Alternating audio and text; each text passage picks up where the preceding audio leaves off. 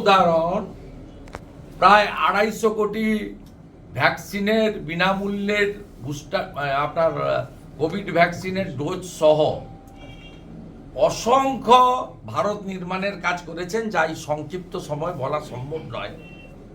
জাতীয় রাজমার্গ থেকে, এইমস থেকে, আইআইটির মতো প্রতিষ্ঠান থেকে, বিমানবন্দর থেকে, সিপোর্ট থেকে।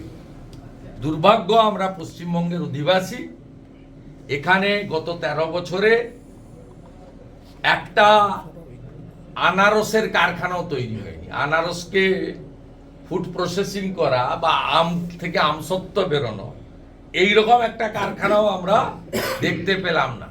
Not a single airport, not a single seaport, not a single rail freight way, কোথাও কিছু হয়নি এখানে পশ্চিমবঙ্গে।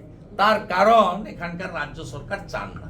উল্টে দেশের 60 কোটি মানুষ, 12 কোটি পরিবার আয়ুষ্মান ভারতের কার্ড পেয়েছে।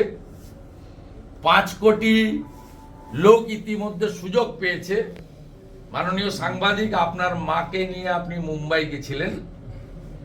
আপনি সেখানে আয়ুষ্মান ভারতের কার্ড না থাকার জন্য আপনাকে সমস্ত টেস্ট এবং ব্যবস্থা নিজের অর্জিত অর্থ থেকে করতে হয়েছে। পশ্চিমবঙ্গের লোক এখান থেকেও বঞ্চিত হচ্ছে 5 লক্ষ টাকা পর্যন্ত চিকিৎসার সুযোগ থেকে।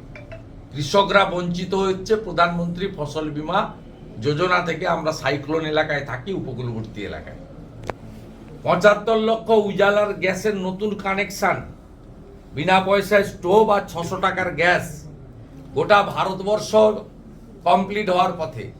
একমাত্র রাজ্য পশ্চিমবঙ্গে একটাও এন্ট্রি করতে দেয়নি, যেহেতু সিলেকশন কমিটি অ্যাপ্লিকেশন গ্রাহক কেন্দ্রে আসে, মানে গ্যাস গ্রাহক কেন্দ্রগুলো যে বিতরক কেন্দ্র আছে, সেখানে অ্যাপ্লিকেশন জমা করতে হয় সিস্টেম।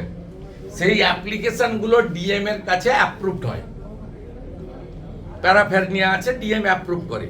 সমস্ত ডিএম কে মুখ্য সচিব গোপালিকা, আগের মুখ্য সচিব দলদাস দ্বিবেদী, তাকে মমতা, চোর মমতা, তিনি বলে দিয়েছেন যে এখানে যেন উজালার 75 লক্ষ একজনও না পায়। অথচ মোট যে উজালা 10 কোটি, তার মধ্যে উজালা 1 আর 2 মিলে পশ্চিমবঙ্গে 1,35,00,000 লোক বেনিফিট পাচ্ছে। তার মধ্যে সব দলের লোক আছে, হিন্দু মুসলমান আছে। কোনো একটা স্কিম মোদিজির শুধুমাত্র কোনো একটা ধর্ম জাতির জন্য নয়, দেশবাসীর জন্য তিনি করেছেন। এখানে এই প্রশ্নগুলো আপনারা তুলেন না কেন? কেন গরিব মায়েরা এখানে উজালার কানেকশন, 75 লাখ কানেকশনের একটাও পাচ্ছে?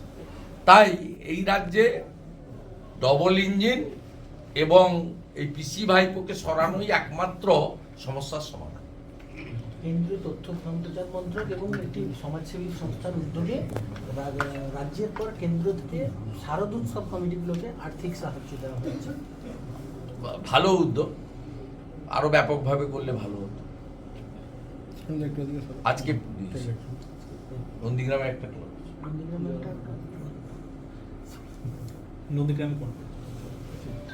ওরা সিলেকশন করছে। আমি সব ডেডলাইন দিয়েছে কেন্দ্রের প্রতি বঞ্চনা রাজ্যে, অভিযোগ মমতা, এবং 1 সপ্তাহ ডেডলাইন দিয়েছে। জেসি কে হরিদাস পাল ডেডলাইন দেওয়া, বেল পাকলে কাকের কি?